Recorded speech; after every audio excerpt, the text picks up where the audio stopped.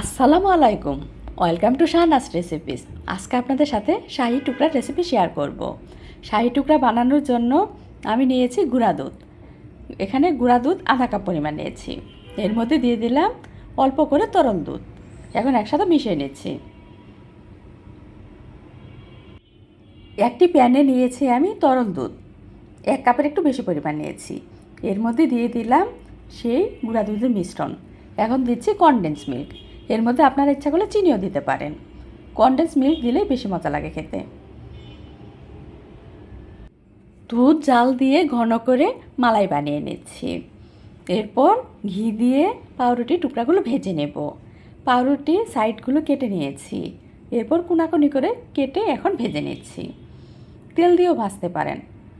ঘি দিয়ে ভাজলেই বেশি মজা লাগে খেতে, আর ঘ্রাণ করে অন্যরকম। এখন আমি সেই ভেজে রাখা পাউরুটিগুলো সাজিয়ে দিচ্ছি। উপরে দিয়ে দিচ্ছি মালাই। এটা খেতে ভীষণ মজার হয়। অল্প সময়ের মধ্যেই এই রেসিপিটা বানানো যায়। তৈরি হয়ে গেল আমার পাউরুটি শাহি টুকরা। আজকে এই পর্যন্তই। আমি শাহনাজ বিদায় নিচ্ছি। আল্লাহ হাফেজ।